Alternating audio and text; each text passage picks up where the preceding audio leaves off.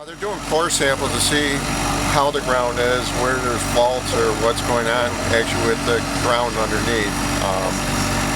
And that'll determine a lot of what's happening with the house. No, they're going to have to investigate. These core samples will tell them a lot, but I'm sure they'll be doing an investigation. It looks like there's a fault in the ground, whatever caused the fault, I'm not sure. I'm sure they'll be able to determine though. Well, unfortunately it's going to end up on the ground.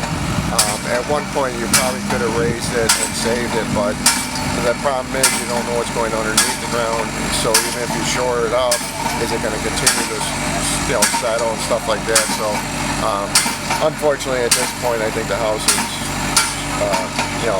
just deteriorated so bad that it's not going to be able to save it. Just every day it's getting worse and worse. Yesterday we were here. Unfortunately, the insurance company denied his claim. So we came in, we got a Pembroke fire, which is the fire department out here, and they were what they call a Rd team, just in case the building was collapsed when we had guys in there. They were there to get us out.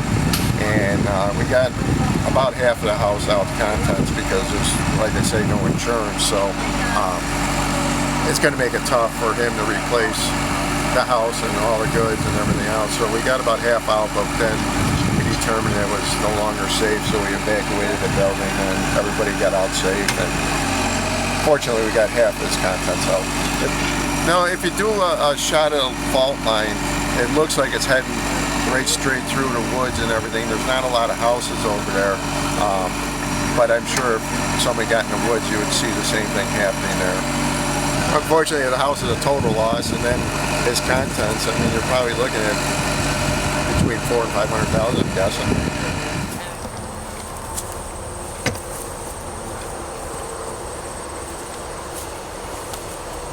And everything you can see is just settling in. And this is the main beam. And the beam's just walking over. Once it walks off the steel in there, this is going to have to go down. It's going to go down. It's going to fall down. It's going to, the whole structure is not going to collapse totally, I don't think, but it's going to just start to bow and sway. The beams, or any beam is, any rafter, everything else, all the drywall's cracking around that. And this post you can see is actually kicking right out.